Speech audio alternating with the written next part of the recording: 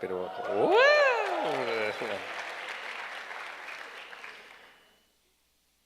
eh, quizá no estuviste en el primer servicio. ¿Alguien se quedó del primer servicio? Sí, varios se quedaron del primer servicio porque les dije quédense porque nos vamos a continuar contándoles aspectos de mi vida. En el primer servicio estaba contando cómo conocí yo al Señor, aspectos acerca de la manera como vivía mi papá, como vivía mi abuelo y cómo nosotros ahora como pastores y como consejeros bíblicos tenemos que darnos cuenta cómo desde la cultura se afecta la conducta de las personas. Y estamos en un sector del globo terráqueo en donde nos encontramos personas de diferentes culturas, diferentes maneras de pensar. Con nuestra esposa siempre nos damos cuenta que cuando viene una pareja y se casa, muchas veces traen muchos conflictos, madejas enredadas de su vida pasada, y antes de desenredarlas arman un nuevo enredo y terminan enredados porque no miraron hacia atrás para intentar resolver los conflictos propios de su familia. Cuando conoces a Jesús es importante que voltees a mirar a tu pasado para que empieces a resolver todo lo que tus antepasados no resolvieron. Entonces esta predicación llamada Generaciones habla en ese aspecto. Intenta que la gente identifique muy bien quién es, identifique de dónde viene, pero que además sepa hacia dónde debe ir. Basada en Deuteronomio capítulo número 6. Lo voy a leer en la Nueva Versión Internacional. Dice Deuteronomio 6, estos son los mandamientos, preceptos y normas que el Señor tu Dios mandó que yo te enseñara para que los pongas en práctica en la tierra de la que vas a tomar posesión. Para que durante toda tu vida, y aquí habla de 3 generaciones, tú, tus hijos, tus nietos, honren al Señor tu Dios cumpliendo todos los preceptos y mandamientos que te doy para que disfrutes de larga vida. Escucha, Israel, y esfuérzate en obedecer, así te irá bien y serás un pueblo muy numeroso en la tierra donde abundan la leche y la miel, tal como te lo prometió el Señor, el Dios de tus antepasados. Escucha, Israel, el Señor es nuestro Dios, es el único Señor. Ama al Señor tu Dios con todo tu corazón, con toda tu alma y con todas tus fuerzas. Grábate en el corazón estas palabras que hoy te mando, incúlcaselas continuamente a tus hijos, háblales de ellas cuando estés en tu casa y cuando vayas por el camino, cuando te acuestes y cuando te levantes. Átalas a tus manos como un signo, llévalas en tu frente como una marca. Escríbelas en los portones de tu casa y en los portones de tus ciudades. El Señor tu Dios te hará entrar en la tierra que les juró a tus antepasados. Y aquí vuelve a hablar de 3 generaciones, Abraham, Isaac y Jacob. Es una tierra con ciudades grandes y prósperas que tú no edificaste, con casas llenas de toda clase de bienes que tú no acumulaste, con cisternas que no cavaste y con viñas y olivares que no plantaste. Cuando comas de ellas y te sacies, cuídate de no olvidarte del Señor que te sacó de Egipto, a la tierra donde viviste en esclavitud. Teme al Señor tu Dios, sírvele solamente a Él y jura solo en su nombre. Bueno, igual les recomiendo leer todo lo que es el capítulo número 6 de Deuteronomio. Cuando a mí me preguntan, usted educó 4 hijos, sacó adelante una familia y ahora además es consejero familiar, díganos dónde podemos encontrar pilares para poder educar nuestra familia. Yo siempre le digo, vaya, lea Deuteronomio capítulo número 6 y póngalo en práctica, que le va a servir como pilar fundamental para que usted pueda educar a sus hijos y tener una familia. Esta palabra que leemos en Deuteronomio 6 se la da el Señor a Moisés, le dice, reúname todos los hombres de las familias y ahora decláreles, dígales esto que yo le voy a decir. Ustedes van camino a vivir en una tierra donde fluye la leche y la miel. Van a habitar casas que no construyeron, van a beber de pozos que no cavaron, van a comer de plantíos que ustedes no sembraron. Cuando lleguen allá, cuídense de no olvidarse del Señor. Y les da a los hombres este mandato también que está implícito ahí en Deuteronomio 6. Hablen. La Biblia nos enseña que es importante que en cada casa haya un hombre que tome decisiones, que tenga la voz que esté guiando a su familia, que sea la respuesta a la pregunta que se hacen los hijos, a las diferentes preguntas.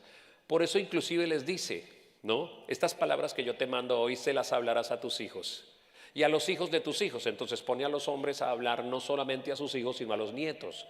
El hombre tiene autoridad sobre sus hijos, sobre sus nietos, capacidad de bendecirlos a ellos generación tras generación.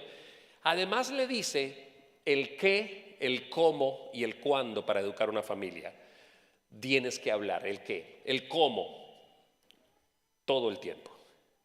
El cuándo, todo el tiempo. El cómo, cuando los lleves a la cama, cuando vayas de camino, cuando los acuestes y cuando los levantes. Te marca muy bien qué es lo que tú tienes que hacer. Pero ¿qué tiene que hablar? Él habla la palabra de Dios. Le dice, enséñale a tus hijos la palabra de Dios y te vas a dar cuenta que los niños van a tener preguntas. También en este capítulo el Señor nos muestra que es inherente a todos los hijos hacerse preguntas y que cuando un hijo tiene preguntas sobre cómo funciona la vida, cómo funciona su comportamiento, debe ser en medio de la sociedad, él va donde el papá. Si usted va al versículo 20, en Deuteronomio 6 dice, en el futuro cuando tu hijo te pregunte qué significan estas palabras. O sea, Dios le advierte a los padres de familia, les dice, va a haber momentos donde los hijos van a decir, yo por qué tengo que obedecer lo que dice la Biblia y por qué tengo que hacerle caso a la Biblia. O sea, Dios les advierte, le dice, los niños, los hijos, los jóvenes van a hacer preguntas acerca de cómo funciona la vida. En el futuro, cuando tu hijo te pregunte qué significan estas palabras, le contestarás. ¿Qué le contestarás? En Egipto éramos esclavos. O sea, el Señor dice, cuando tu hijo te pregunte por qué tiene que obedecerte, tú le dices, porque no quiero que llores las lágrimas que yo lloré. O sea, mira lo que hace el Señor. Dice, cuando tu hijo te pregunte qué significa, por qué tienes que obedecer Biblia, te vas a desnudar la espalda. Esto hacía el papá, se desnudaba y mostraba las cicatrices que traía de Egipto y le decía, mira esto. Por eso me tienes que obedecer. Por eso tienes que obedecer a Dios. ¿Sabes por qué, hijo? Porque no quiero que tú la lleves. Porque Dios nos sacó de la esclavitud. Entonces ese Deuteronomio capítulo número 6 nos enseña algo que de hecho todos los padres tenemos que poner en práctica y es la capacidad de hablar. Tenemos un problema. Cuando nosotros ejercemos el pastorado con las familias y tenemos la oportunidad de hablar con las mujeres suelen decir, mi marido no habla. Cuando yo le pregunto a mi esposo cómo vamos a pagar, qué vamos a hacer, dónde vamos a matricular los chicos, cómo vamos a conseguir el dinero, para dónde vamos, qué hacemos, qué compramos, qué vendemos, cómo respondemos, el problema que tiene mi hija, el problema que tiene mi hijo, mi marido, su respuesta es, no sé, encárgate tú. Seguro que si nos fuéramos a la escuela dominical, al lugar donde están los niños, ¿sí? Y les preguntáramos a los niños, cuando ustedes tienen una pregunta, ¿a quién van y le preguntan? Necesitan una respuesta, ¿a quién le preguntan? ¿A su papá o a su mamá? El 99,99999% de los niños dicen a mi mamá. El único que dijo a mi papá fue uno que dijo Mi papá, pero mi mamá dijo que dijera que mi papá. ¿ok? Porque digámonos la verdad y aquí vamos a empezar a aprender cómo la cultura nos enseñó que la mamá es la que lo resuelve todo. Un niño viene a una pregunta a un papá y dice, pregúntale a tu mamá que ella es la que se encarga de eso. Y vamos a hacer ese paralelo entre lo que es la cultura de nuestros países y lo que dice la palabra de Dios. Porque la gente cuando conoce Biblia se desculturiza. Quita la cultura, la deja aparte y empieza a vivir con los preceptos y principios que son eternos. Porque la sociedad es cambiante. Tu cultura cambia. Lo que antes era pecado, ahora ya no es pecado. Vas a la Biblia y la Biblia es eterna. Lo que dijo el Señor hace 2000 años, vuelve a decirlo hoy.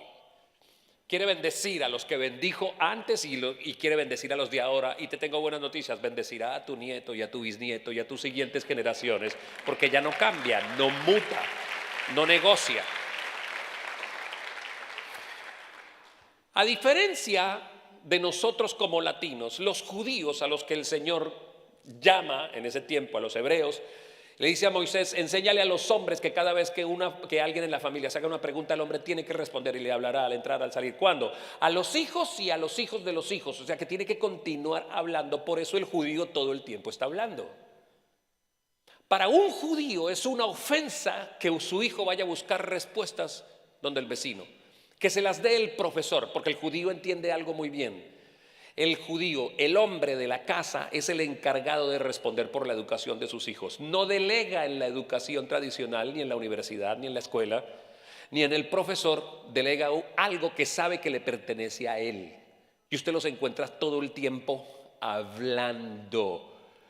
Mira las costumbres que tienen ellos todos los viernes en la cena del Shabbat, religiosamente. ¿Ok? Siempre lo hacen. Tú los encuentras después de las 5 de la tarde de un viernes en la cena del Shabbat y la familia se sienta a cenar. Y cuando la familia se sienta a cenar, el papá habla. Parte el pan, toma el vino y mira lo que hace. Pone la mano derecha sobre la cabeza de su hijo y mirándolo a los ojos le dice: que el Señor haga resplandecer su rostro sobre ti.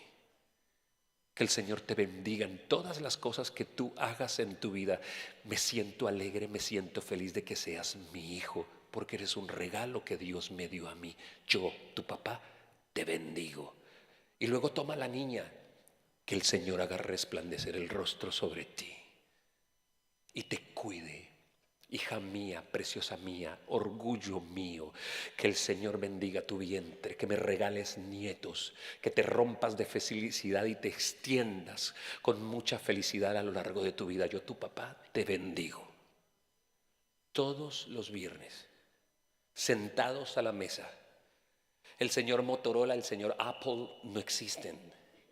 La familia se mira a los ojos, conversan, comparten.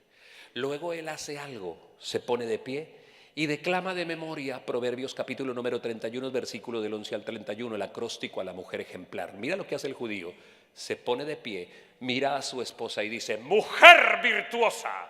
Bájenle un poquito al sonido, por favor, porque cuando yo empiezo a gritar, yo me conozco. No, yo grito más que dirigente de la CUT. Por favor, bájele. Hace esto, mira. Mujer virtuosa, ¿quién la hallará? Si tu valor es más grande que el de las piedras preciosas. Y empieza a alabar a la mamá en presencia de los hijos. ¿Tú sabes cómo crece el niño judío? El niño judío crece viendo que su papá todo el tiempo habla bien de su mamá. Muchas mujeres han realizado proezas, pero tú las superas a todas. Y el niño está así, y la niña está así. ¡Wow! Así como los suyos. Como los tuyos les gustaría ver, digo yo. Te pregunto, no te devuelvas demasiado, solo háblame de tu semana, la que acabas de vivir.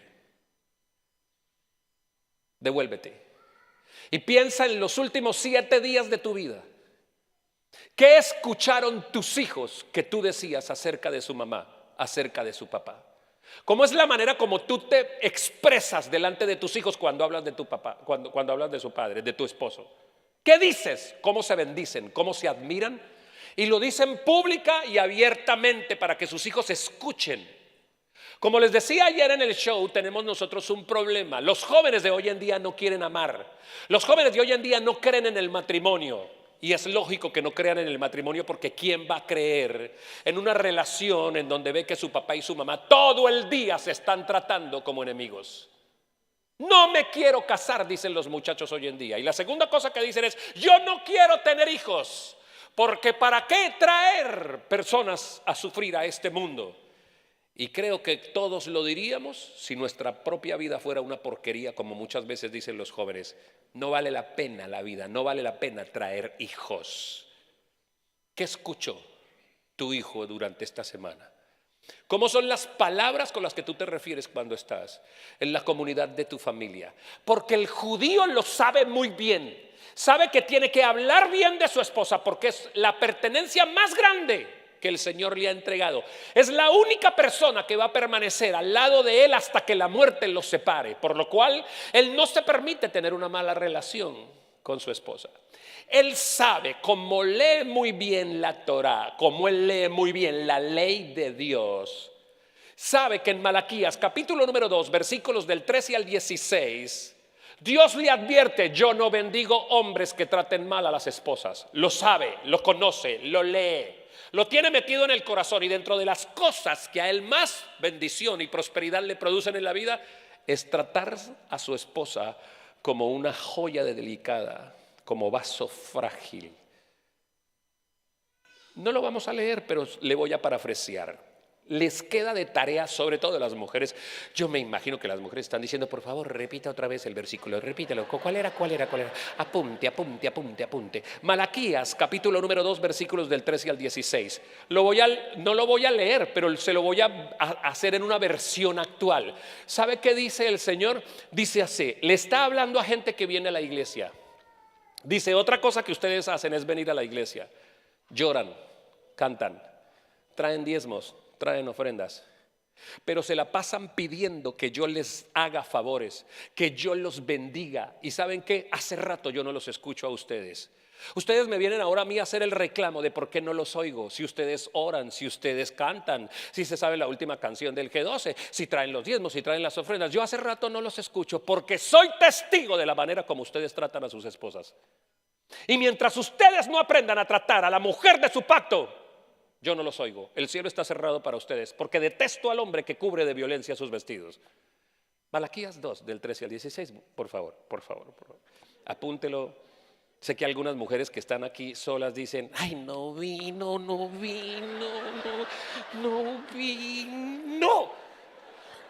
Lo sé.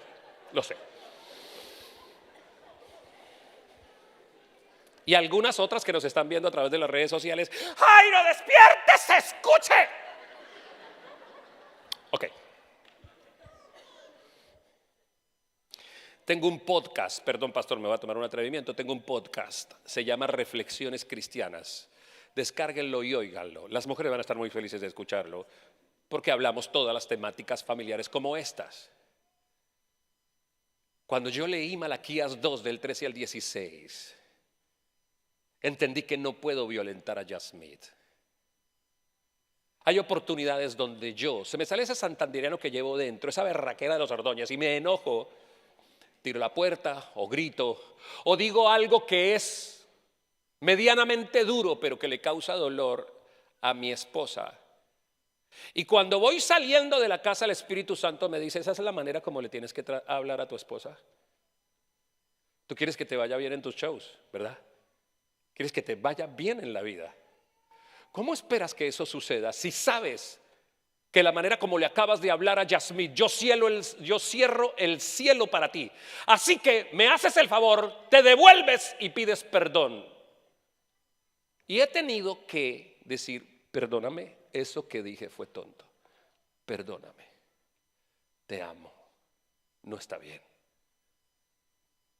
El principio de la sabiduría es el temor al Señor. Por temor a lo que me pueda pasar, tengo que aprender a portarme bien. ¿Y sabe qué es lo mejor que le puede pasar a usted, querida esposa? Que su marido lea Biblia, que su marido venga a la iglesia. No se está dando cuenta, se lo estoy regañando gratis. Muchas de ustedes ya le pegaron 3 codazos. Escuche. Es más, él acaba de saber que en Malaquías se le hace una advertencia: trátala bien o no te va a ir bien. La próxima vez que él te grite y te trate mal y vaya saliendo de la casa, tú solo dile: Malaquías. Ya, déjelo ahí. Yo prefiero tener una diferencia con cualquier ser humano, pero no tener una diferencia con Dios, porque sé que me va a salir costosa. Algunos de ustedes vienen a la iglesia o vinieron a la iglesia esta mañana pensando: voy a ir a ver si el Señor me escucha. ¿Qué le estará pasando al Señor que desde hace rato le estoy pidiendo el contrato, que me bendiga, que me salga la green card, que me salga la residencia, que me den un trabajo, que me sane de este dolor, que me quite, que haga? Y el Señor parece que hace rato no me escucha. Aquí está tu respuesta. El Señor es testigo de cómo estás tratando mal a tu esposa. O aprendes a tratarla bien, o el cielo seguirá cerrado para ti. Yo pensaba que las mujeres iban a decir: amén, gloria a Dios, aleluya, José Ordóñez a la presidencia de Colombia, una vaina de esas. No, ya no vale nada, no. dejen ahí.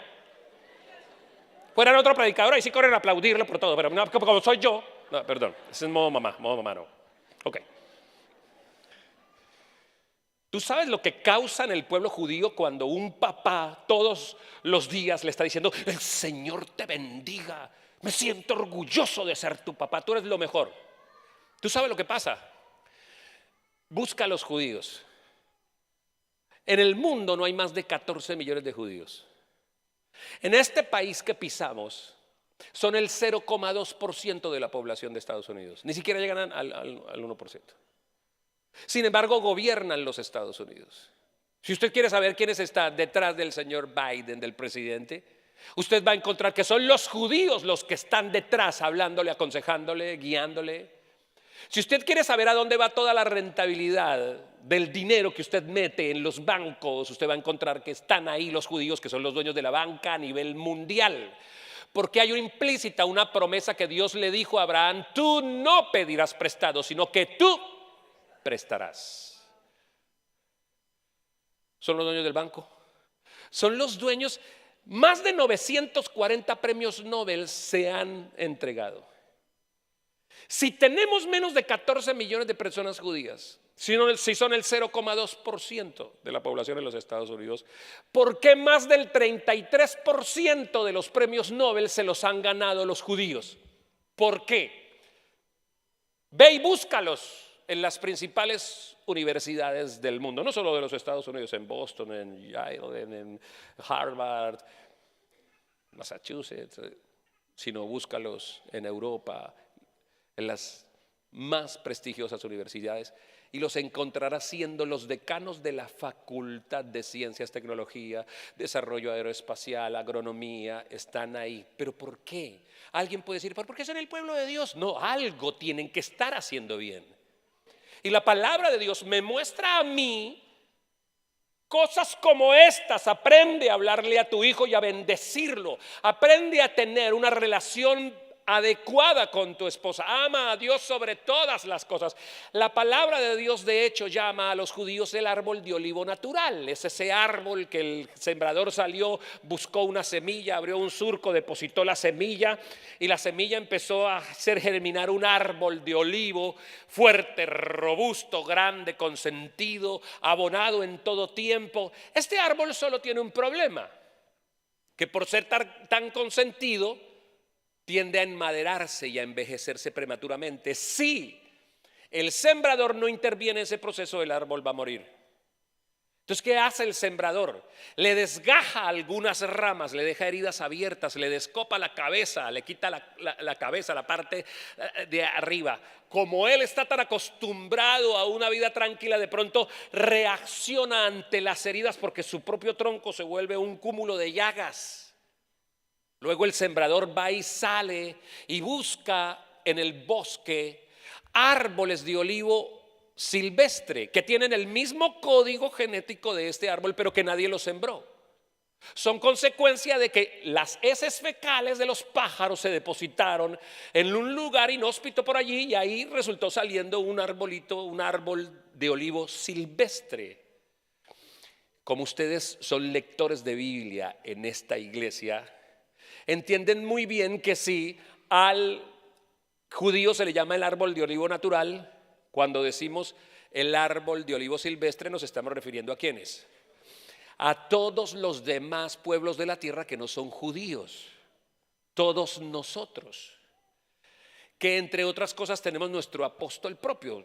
Nosotros tenemos un apóstol propio. El apóstol para nosotros es el apóstol Pablo. Mira lo que dice, perdón. Entonces él viene y busca árboles de olivo silvestre, desgaja las ramas del árbol de olivo silvestre y las trae y las injerta en el tronco, en el costado del árbol de olivo natural. Cuando este árbol siente que hay unas nuevas ramas, empieza a tomar desde la raíz y a enviar savia a esas nuevas ramas, y su proceso se revitaliza y vuelve a cobrar juventud. De hecho, usted puede ir a Tierra Santa y allí va a encontrar en Israel árboles de olivo del tiempo de Jesús, sometidos continuamente a este proceso en donde cada rato le desgajan las ramas y vuelven y le injertan ramas. Ahora sí, Romanos capítulo número 11, versículo número 13 en adelante leo. En la Nueva Versión Internacional, Romanos 11, 13. El que está hablando es el apóstol a nosotros, a los gentiles. El apóstol Pablo dice: me dirijo ahora a ustedes los gentiles. Como apóstol que soy de ustedes, le hago honor a mi ministerio, pues quisiera ver si de algún modo despierto los celos de mi propio pueblo para así salvar a algunos de ellos. Pues si el haberlos rechazado dio como resultado la reconciliación entre Dios y el mundo, ¿no será su restitución una vuelta a la vida? Si se consagra la parte de la masa que se ofrece como primicias, también se consagra toda la masa. Si la raíz es santa, también lo son las ramas. Ahora bien, es verdad que algunas de las ramas han sido desgajadas y que tú, siendo de olivo silvestre, has sido injertado entre las otras ramas. Ahora participas de la savia nutritiva de la raíz del olivo. Sin embargo, no te vayas a creer mejor que las ramas originales, y si te jactas de ello, ten en cuenta que no eres tú quien nutre la raíz, sino que es la raíz la que te nutre a ti.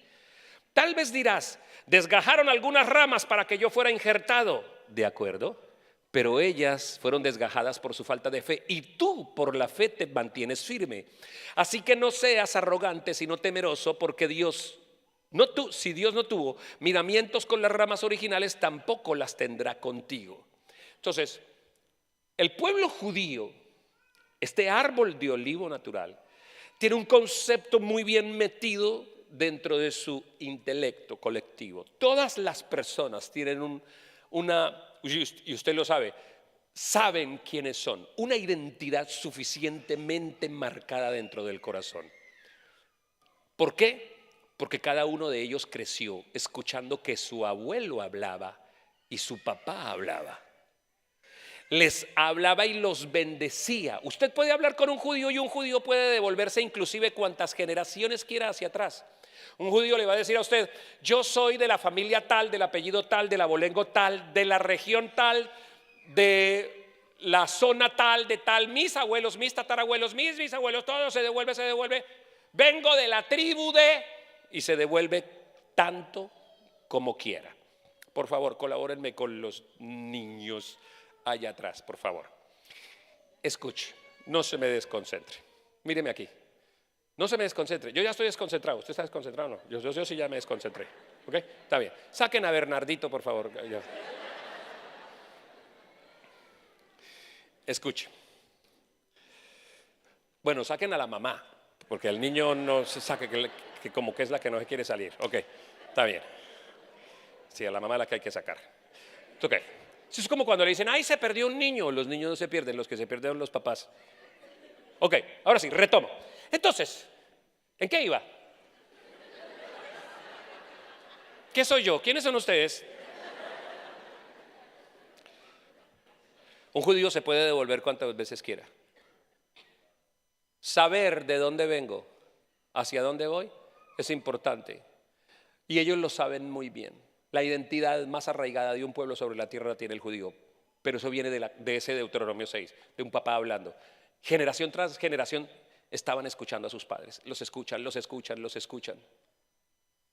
Nosotros, los latinos, desconocemos, la Biblia se nos hace demasiado rara, porque además ataca nuestra cultura, la manera como nosotros fuimos criados. Nosotros no podemos devolvernos. ¿Quién de usted se puede devolver a ver cuál era el abuelo de su tatarabuelo? Yo puedo llegar solo hasta mi abuelo.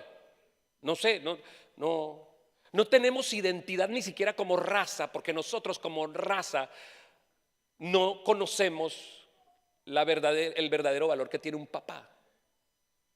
La Biblia nos muestra una familia patriarcal y una sociedad patriarcal, asunto de hecho que en nuestros países latinos hoy en día está siendo atacado, porque las feministas salen a decir que están cansadas de una estructura patriarcal, que no debería existir la familia en donde el papá dijera hacia dónde va direccionada una familia.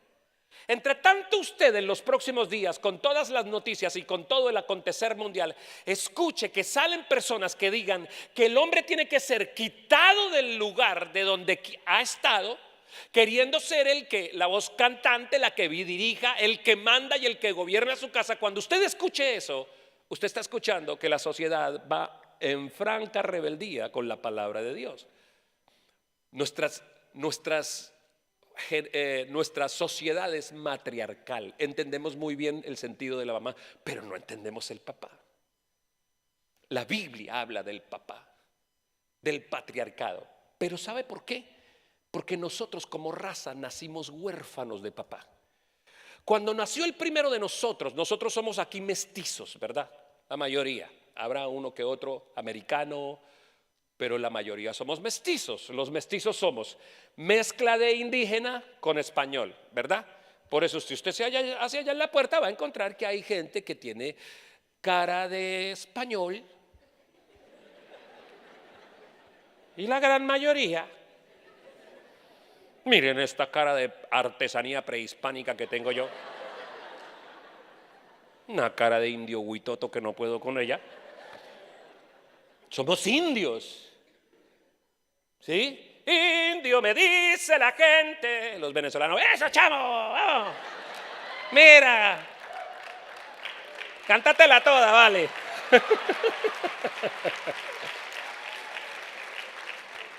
Un criollito, dice, ¿no?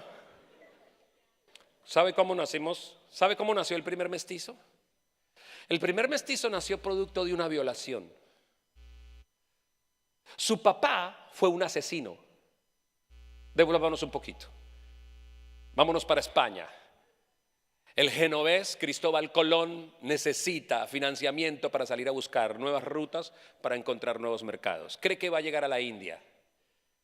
No tiene marineros que se suban a sus barcos, por lo cual su patrocinadora, la reina Isabel, él va y habla con ella y ella en un arranque de inteligencia dice: no tiene marinos, no hay ningún problema. Se va a las catapulcas, a los sótanos, a las cárceles de aquel tiempo y le dice a todos los que están allí presos: les voy a dar dos alternativas. Número uno, ustedes se van a quedar pudriéndose el resto de su vida en ese sótano, en ese calabozo, o usted se sube a ese barco y se va a buscar nuevas tierras.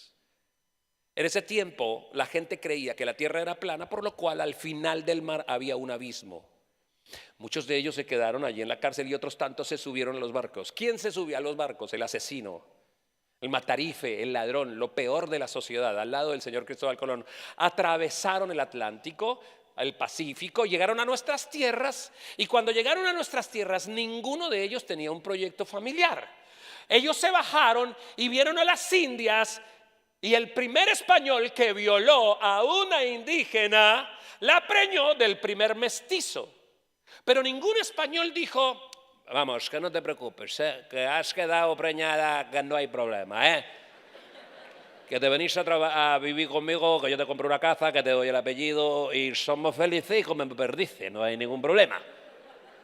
No, viola a la India pare un hijo que detesta.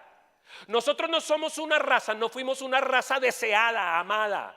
Somos una raza detestada, detestamos el fruto del vientre. Cuando ese niño nació con las características morfológicas que le recordaban a la mamá que era producto de una violación.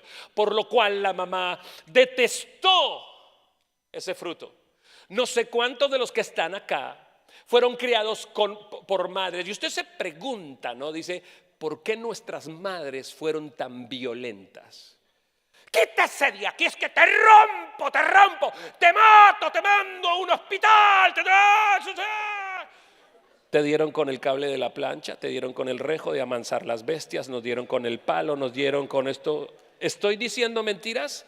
Mi cuerpo tiene cicatrices de la manera como mi madre me educó a mí. Yo sé que es que te muelan a palos, sé lo que es levantarme con el cuerpo marcado de los juguetazos que daba mi mamá, porque decían y se aducían en aquel tiempo, en mi Colombia se decía, la letra con sangre entra. Yo 16 años viví en los Estados Unidos, ya llevo viviendo uno en mi Bucaramanga del alma, pero 16 años.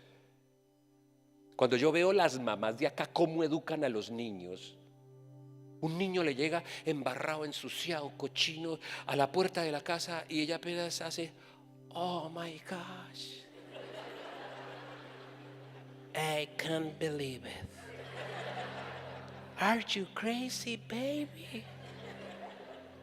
Oh, honey.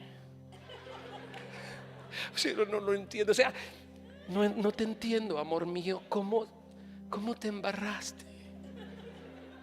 Anda, hijo, entra, dúchate.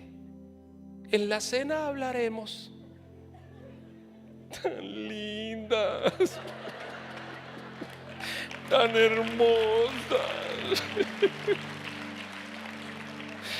Yo las veo y yo digo, ay, ojalá me hubiera tocado una de esas. Usted abría la puerta, su mamá abría la puerta y usted tenía el hueso partido, así salido, chorreando sangre. Su mamá decía, mire cómo volvió ese pantalón. Acto seguido lo mechoneaba. ¡Ay! Usted, y volteaba usted a mirar a la calle y estaban sus amigos desde la calle.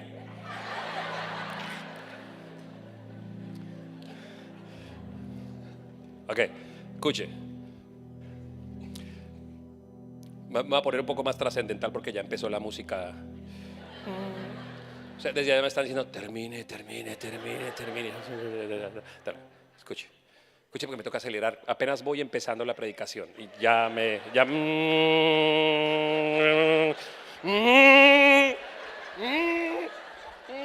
Ok, necesito terminar, por favor. Perdón, no me estimulen. Soy capaz de durar 86 horas aquí hablando. No sé si lo sepa, no tengo ese problema. No me estimulen. ¡No!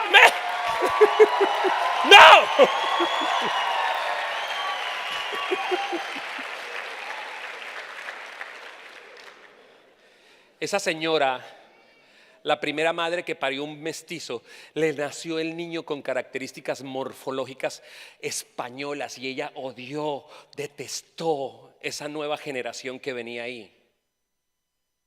Usted sabe por qué está pisando un país, una nación con tanta bendición. Hagamos un paralelo en la manera como nuestros países fueron colonizados y cómo fue conquistado y colonizado Estados Unidos. ¿Sabe quiénes llegaron primero a los Estados Unidos? Los padres peregrinos. Eran unos señores que querían adorar con libertad al Señor en la Inglaterra, en la Britania. Querían adorar al Señor, no los dejaban. Decían que si leían Biblia estaban locos, y ellos querían orar, querían ayunar, querían leer Biblia. Como estaban cansados de la persecución, porque probablemente los iban a meter a la hoguera porque estaban leyendo Biblia, se suben a unos barcos y atraviesan el Atlántico y llegan a las costas de los Estados Unidos. Pero ¿sabe quién llegó a las costas de los Estados Unidos? Llegó papá, mamá y unos niños con una Biblia debajo del brazo, buscando adorar a Dios. Cuando se bajaron, cierto, quemaron las naves, el Mayflower,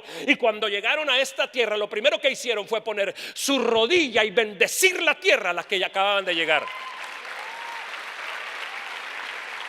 Se bajó el papá, se bajó la mamá y se bajaron los niños. Esta nación está fundamentada sobre un proyecto familiar, entiéndalo bien. ¿Sabe cuál es el problema que tiene Norteamérica en este tiempo? Que eso se está perdiendo. Todos los días se están cerrando las iglesias cristianas en los Estados Unidos. Las iglesias americanas se están sembrando, se están secando. ¿Usted sabe por qué está aquí, mi querido amigo latino? ¿Usted sabe por qué trajo sus hijos acá? Porque Dios está pensando que los latinos podemos traer el fuego que se está extinguiendo en este país. Usted no puede dejar de educar a sus hijos bajo los principios de la palabra de Dios. Usted tiene que inculcar Biblia en su casa y en su familia, porque Dios lo trajo aquí como una antorcha del evangelio. No saben cómo sembrar la tierra. Siembran unos árboles, no es la misma tierra que tienen allá en Gran Bretaña. Pero se encuentran con los indios y los indios les dicen, no, es que la tierra se siembra diferente acá. Siembran la tierra con la ayuda de los indios y empiezan a poner en práctica principios de la palabra de Dios. El primer fruto, la primera cosecha que nos dio la tierra donde llegamos, se la ofrecimos al Señor. Nos juntamos con los indios a comer y a darle gracias a Dios en una cena de agradecimiento al Señor por los frutos de nuestros sembrados, el Thanksgiving. Mira la diferencia. Mira, te venimos a hablar de Biblia. Te venimos a decir: deja de vivir como viven en tu país o como ha vivido tu familia, porque la historia de tu familia para poco y nada te sirve. Nadie puede. Yo no tengo una historia familiar para contar. Mi padre, mi abuelo, 5 mujeres. Como mi padre, 5 mujeres. Mi abuelo le enseñó a mi padre que los hombres eran hombres cuando tuvieran sexo, cuando tuvieran mujeres. Entre más mujeres tuvieran los Ordóñez, más hombres podrían demostrar que eran. Y eso desgració la vida de mi abuela, la vida de todas las mujeres de mi abuelo, la vida de las 5 esposas que tuvo mi papá, la vida de mis medios hermanos, la vida mía, la vida de mis hermanos. Mi papá se sentía orgulloso de mi hermano porque mi hermano era alto, grande, bonito, deportivo, jugaba fútbol y tuvo sexo desde muy temprana edad. Yo quería, como buen muchacho, cumplirle los estándares a mi papá. Yo quería que mi papá se sintiera orgulloso de mí y no podía lograrlo porque yo era minúsculo, chiquito, feo, poco atractivo, no tenía éxito con las mujeres. Tengo 15 años y medio, 16 años y medio. Mi papá está hablando con mi hermano, él está en el ejército y me ve pasar a mí así tan minúsculo. Yo tenía una voz tan afeminada que cuando yo hablaba por teléfono me decían: sí, señorita. ¿Cómo no, señorita? Mi hermana de 13 años era más grande que yo, 2 centímetros y más fuerte que yo. Yo tenía problemas en mi identidad. Y dice mi padre: ¿qué vamos a hacer con Bernardo? Todavía no ha bajado de peso. Bajar de peso significa no ha tenido su primera relación sexual. ¿Lo habremos de llevar donde las niñas? Léase, tenemos que llevarlo donde las prostitutas para convertirlo lo más rápido en un hombre. Como si el sexo hiciera hombre al hombre, como si el sexo hiciera mujer a la mujer. Ese discurso se cambia porque usted no podemos seguirle creyendo a esa frase romanticona de que yo te hice mujer. No, el sexo no te hizo mujer. Naciste mujer. Desde que estabas en el vientre de la madre, en la eternidad se decidió que tú fueras mujer. El sexo no te hace, ni te quita ni te pone. Eres mujer por la gracia maravillosa del Señor. Pero yo tenía problemas de identidad en mi sexualidad. Yo quería ser un varón y demostrárselo a mi papá, pero tenía mis traumas. Además de eso, sumado a una violación, fui violado a los 9 años de edad y no se lo podía decir a nadie. No va ahí fuera que mi papá aclarara las sospechas que tenía y me empezara a tratar como un gay. ¿Cómo me hubiera gustado que mi papá leyera Biblia? ¿Cómo me hubiera gustado ese papá que pone la mano en la cabeza de su hijo y dice: el Señor haga resplandecer su rostro sobre ti? ¿Cómo me hubiera gustado que mi papá leyera Deuteronomio 6? En el futuro, cuando tu hijo te pregunte, le responderás. O sea, señor Ordóñez, cada vez que tu hijo necesite algo, respóndeselo. Cuando te busque, tiende puentes para que él hable contigo, porque te va a necesitar. Y es esa voz que hoy en día nosotros desde las iglesias les pedimos a los papás: tiende puentes con tus hijos. No puedes llegar a este país y perder la sagrada entrega que Dios te dio de una familia.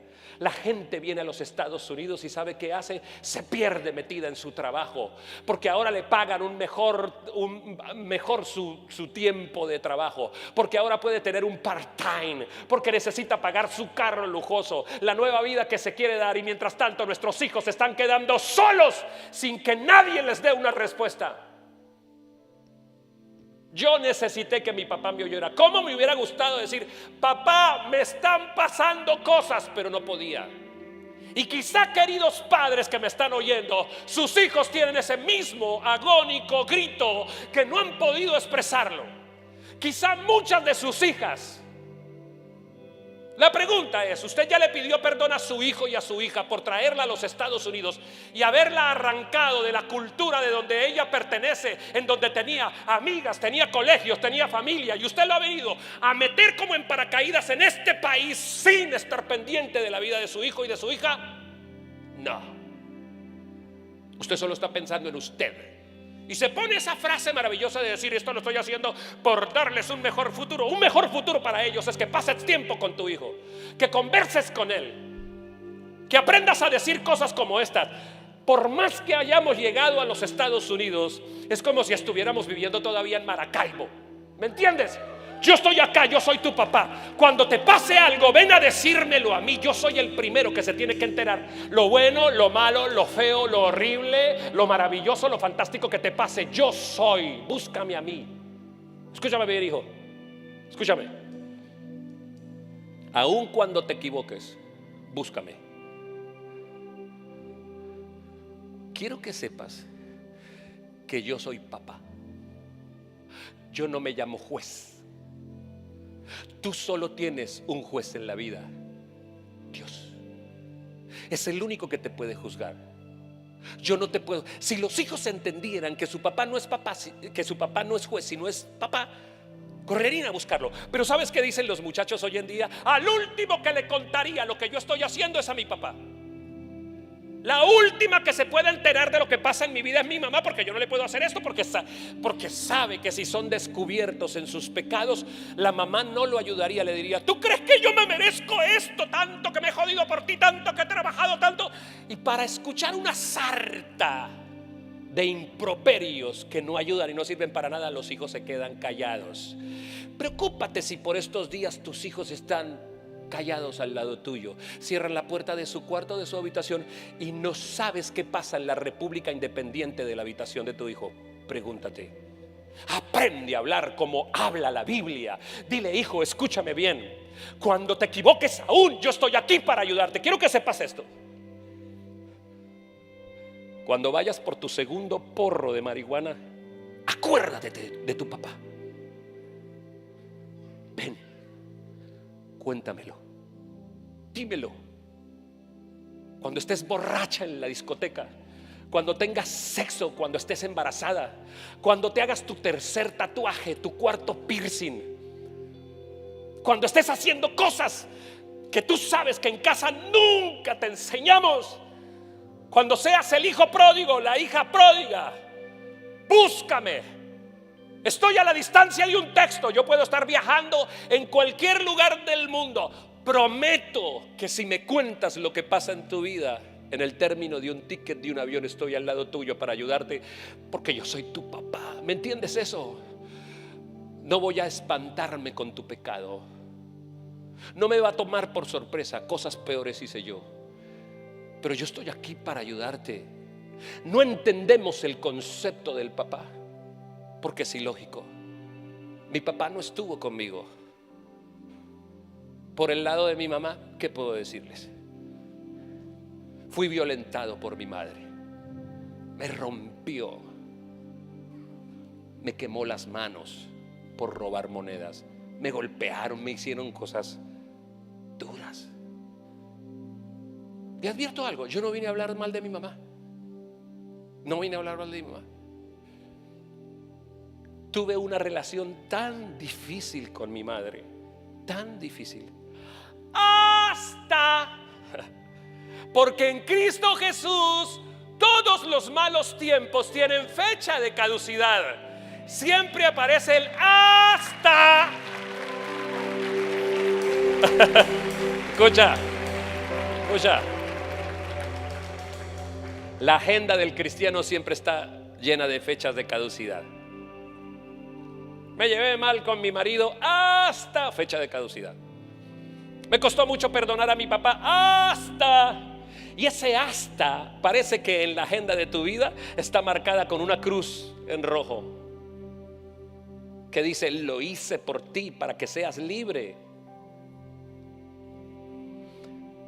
Como era tan difícil la relación con mi mamá, el Espíritu Santo me dice, quiero que sepan que a mí me dicen que yo estoy loco porque Dios me habla, No estoy loco cuando yo le hablo a Dios, pero si Dios me responde, sí estoy loco, ¿ok? Entonces así anda el mundo. Entonces el Señor me dice: ¿y ya hablaste con tu mamá? ¿Qué? ¿Ya hablaste con tu mamá? ¿Sabes por qué, Bernardo? Porque es fácil juzgar a las personas cuando uno no ha conocido su por qué lo hicieron. Porque además estás juzgando a tu mamá con una generación a la que tú no perteneciste. Usted sabe por qué. Los jóvenes que están acá, escúchenme, todos los jóvenes que están acá, cuidado con todas las veces que tú salgas a juzgar a tu papá. Yo te quiero recordar que estás juzgando a tu padre con los lineamientos de la sociedad actual que te tocó, pero esa no fue la que vivió tu papá. No entiendes por qué él hizo cosas, pero cuando te sientes a hablar con él, habrá un porqué.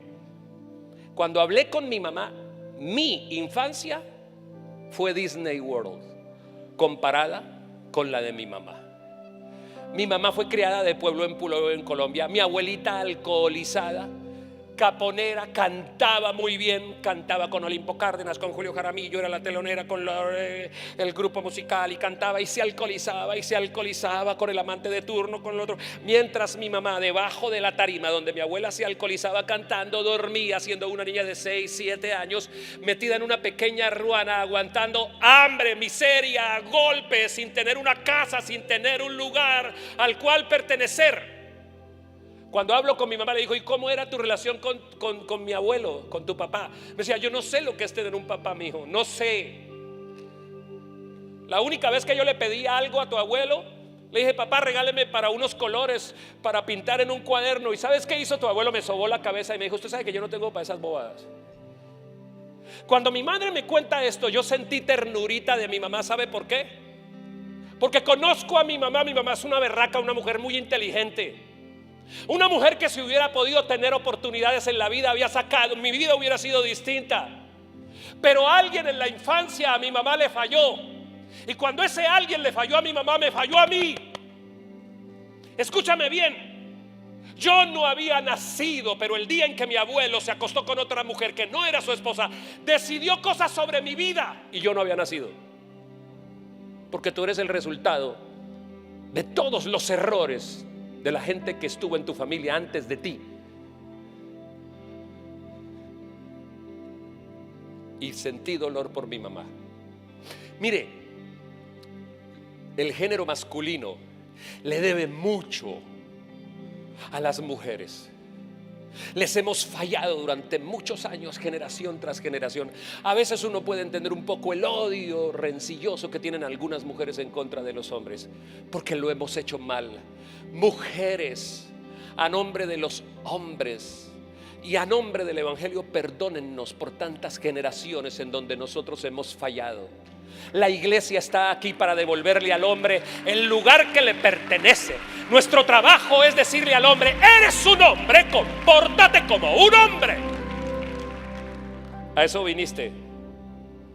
Lo que estás escuchando no lo vas a escuchar en el billar, no lo vas a escuchar en la universidad, no lo vas a escuchar en la calle ni con tus amigotes del trabajo. Por eso tienes que venir a la iglesia, porque aquí lo que nosotros decimos no está en negociación. Te duele, te lastima, te sientes incómodo, entonces vamos por buen camino.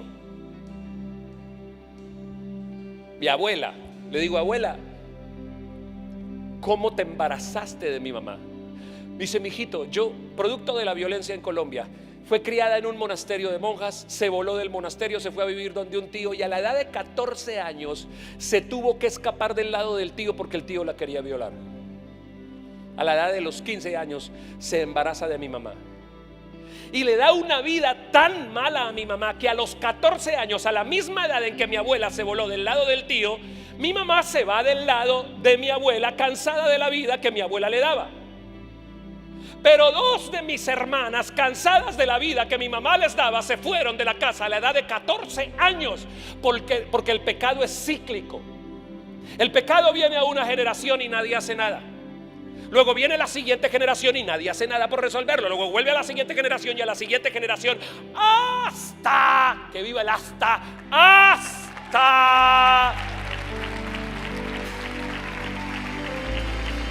que en una generación se levanta alguien y dice: qué pena. Los Bermúdez hemos sido mujeriegos, bebedores e irresponsables hasta esta generación en donde ha venido Cristo. Y a partir de Cristo me niego, pero me niego a que mis hijos vean lo que yo viví. ¿Usted sabe de dónde viene Abraham?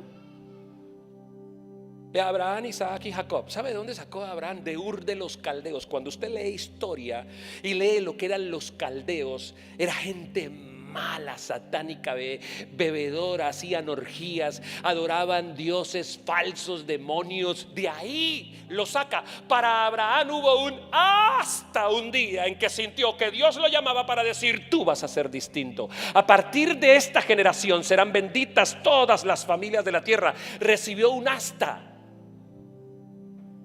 Pregunto, tu familia, generación tras generación con los mismos problemas. Borracho el abuelo, borracho el hijo, borracho el nieto. Suicidios en una generación, suicidios en la siguiente generación, suicidios en la siguiente generación. Divorcio, divorcio, divorcio, divorcio, divorcio. Hasta que hay alguien que decide escuchar a Dios. Y vienes a la iglesia, escuchas el evangelio, te hace libre y entiendes que ser cristiano es mucho más que venir a un culto los domingos, que es mucho más que aprenderse una canción. Hay gente que lamentablemente viene a la iglesia y llevan años viniendo a la iglesia porque es bonito, porque no tengo nada que hacer el domingo, porque me aprendo unos versículos, porque mi esposa no me está echando cantaleta el resto de la semana si voy a la iglesia. Hay mil razones y todavía no se han dado cuenta la libertad que encuentran en el evangelio cuando tienen un encuentro real con Jesús. Todavía no lo saben. No entienden. ¿Tú sabes por qué estás aquí esta mañana? Porque el Señor está pensando que a partir de ti las cosas se van a hacer de manera distinta. Estoy en el Calvary Chapel, donde están estudiando mis hijos, donde estudiaron. Nos llaman a un grupo reducido de padres. Son como 6,000 y pico de alumnos, pero solo habemos como 60 padres de familia. Mi hijo José Daniel está sentado a mi lado, al otro lado está mi esposa. Y sale el rector de la universidad. Es la primera vez que yo escucho hablar de unos diplomas que se llaman los honor rolls, que se lo van a dar a mi hijo. Los mejores en matemáticas. José Ordóñez. Y veo que mi hijo José Daniel se va adelante y recibe su diploma. Y viene y se sienta. Los mejores en ciencias, José Ordóñez, y se para él y va adelante. Los mejores en ciencia de computadores, José Ordóñez, y se pasa. 5 veces pasó. Y dice el rector del colegio: vamos a orar por estos muchachos porque son lo mejor, nos sentimos orgullosos de esta institución. Y cuando yo oro por mi hijo, lloré mucho. ¿Sabe por qué? Porque recordé lo que yo fui cuando tenía 16 años. Porque recordé que yo era el ladrón de la cerveza del barrio Lagos 12 en Bucaramanga. Porque recordé que yo era el jefe de la pandilla de la Mano Roja. Porque recordé que mi madre ya recibía citaciones del bienestar familiar. Porque yo le decía obscenidades a todas las niñas que me encontraba. Porque yo era un proyecto social perdido a los 16 años. Y al ver a mi hijo con 16 años aquí adelante en el sur de la Florida recibiendo honores por su comportamiento, pensé en ese hasta. Y cuando empezó tu hasta, ese día en que le dije a Jesús: hasta aquí, Señor, me rindo a ti, te entrego mi vida y la vida de mi hijo y la vida de mi nieto, y de ahora en adelante, Señor, los Ordóñez son distintos. Termino con esta lectura, Gálatas capítulo número 3, versículo 26 al 29. Escuchen. Apóstol Pablo a la iglesia en Galacia dice: todos ustedes son hijos de Dios mediante la fe en Cristo Jesús, porque todos los que han sido bautizados en Cristo se han revestido de Cristo. Y mira lo que dice el versículo 28: ya no hay judío, griego, esclavo ni libre, hombre ni mujer, sino que todos ustedes son uno solo en Cristo Jesús. Y si ustedes pertenecen a Cristo Jesús, son la descendencia de Abraham y herederos según la promesa. ¿Qué es lo que está diciendo Dios aquí? No, es que yo ya no hablo para un pueblo escogido, para el judío. Ahora estoy hablando para el colombiano, venezolano, ecuatoriano, puertorriqueño, argentino, para todo aquel que quiere escuchar que en Cristo la bendición es para todos. Se rompe la maldición generacional. Lo que hasta ahora te ha alcanzado ya no te alcanzará más. He puesto mis ojos en ti, dice el Señor. Escucha. Y al no haber por quien más, el Señor Jesús, como ese árbol de olivo natural, expuso su cuerpo. Y todo su cuerpo fue lleno de llagas, heridas, expuestas, abiertas. La copa, su cabeza, se le puso una corona de espinas. Todo él sangrante allí expuesto, adolorido. Y el sembrador salió a buscar ramitas de olivo silvestre. Y te encontró a ti. Y a ti. Y a ti. Y a ti. Y te encontró a ti. Y a ti. Y a ti. Y te trajo. Y te injertó. Desde entonces estás injertado en el costado de tu Señor. Y Él dice: mío eres tú, nadie te podrá arrebatar de mi mano. Y a partir de ahora, tus generaciones hacia adelante servirán al Señor. Y no verás que la peste, y no verás que todo lo que maldijo durante muchas generaciones tu familia no llegará a ti, porque yo te cubro, yo te cuido, yo te amo. Eres hijo mío, eres la niña de mis ojos. Di por ti la vida. La gracia mía te cubre a partir de este momento para ti, tus hijos y los hijos de tus hijos y todas las generaciones hacia adelante. Ponte de pie, abraza a tu hijo, abraza a tu hija. Dile: hijo, tú eres la postergación de mi felicidad. Hijo mío, el Señor nos ha traído hasta acá para que tú no llores lo que nosotros lloramos. Di el apellido de tu familia, menciónalo con nombre propio. Di: los Bermúdez hemos sido ladrones, los Rodríguez hemos sido borrachos, los López hemos sido, nos hemos suicidado, hemos hecho cosas, pero hasta hoy es el día de mi hasta, hijo, porque tú continúas en la tierra de bendición, hijo mío. Yo, tu papá, a la luz de la palabra que he escuchado hoy, yo, tu papá, te bendigo con toda bendición del cielo. De ahora en adelante, usted pondrá la mano sobre la cabeza de su hijo y dirá: que el Señor haga resplandecer su rostro sobre ti. Yo te bendigo, hijo, porque tienes un propósito grande. Te declaro en bendición. Gánate la bendición de tu Padre. Cuando estés, no importa en el estado que estés, siempre búscame. Soy tu Padre, te voy a cuidar y te voy a guiar. Bendice, Padre, te damos gracias.